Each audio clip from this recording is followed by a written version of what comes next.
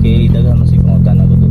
Angay pa ba sila mag-hold sa SLP o sa akong paminaw. So tubakon ako nga video no and explain ako why nga wala ko ga-hold og mga farm tokens.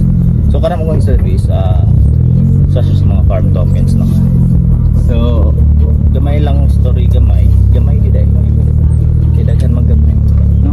So ang tokens manggod way back lang last year 2020 after sa DeFi Summit dito na nanggawas sa mga mga yield farming, staking, liquidity pool. So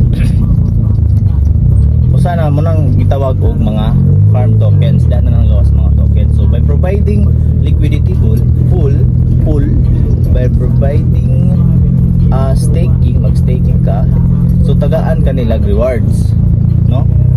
Muna gitawag siya farm tokens. So the more nga dako ang imong utang sa stake, gina-provide sa liquidity pool, the more nga rewards mo imong ma-earn no.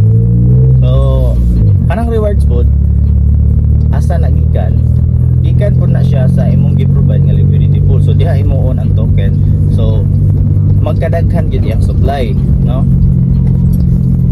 So ang ginabuhat manggod anang farm tokens, di gina po na siya gina-hold kay di gina-hold, gina-earn gina siya no.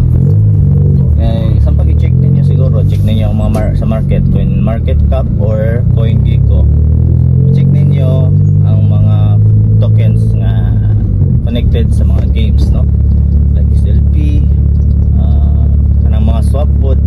Kaya actually gasugod yun na siya, that's why may boom ang presyo sa BNB pod tungod anang mga DeFi projects no. Pancake swap, Ape swap, daghang mga swap, napay banana swap, Ali swap. So kana sila karon downtrend na sila tanan karon. Kay dapat manggod ana gina-earn lang na siya. Gina-hold. Or ako ginabuhat nako na gina-trade nako ang iyang assets no.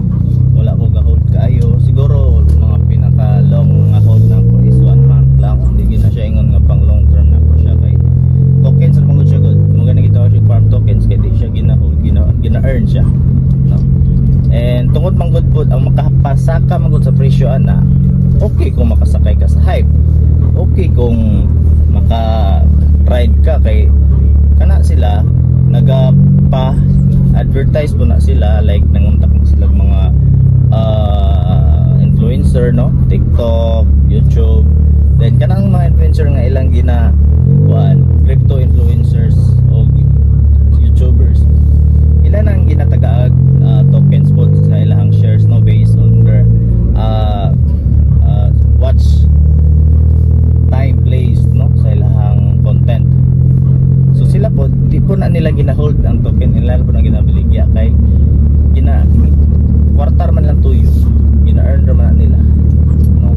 So mo na nga ma-hype ang tao, mataas ang presyo, so daghan na pong mga traders or newbie investors nga musulod kay na-hype po sila. Usa po sila na-hype sa mga devs no, maingon nga nindot future ng kwan token so on and so forth. But now tanawa ang market, so downtrend yun sila mostly. So kanipod ako ara ning opinion no.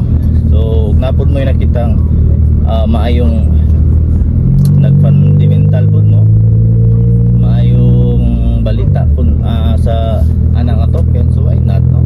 So kanya po di siya yung matawag og financial advice. So this is an opinion for me o nga ang ang pananaw nako about sa XLP no.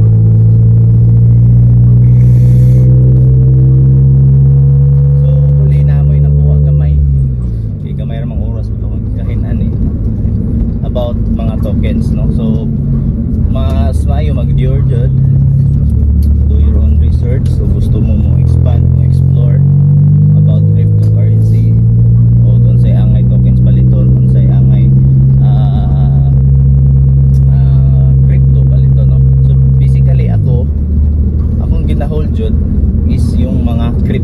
currency, mga cryptocurrencies gyud.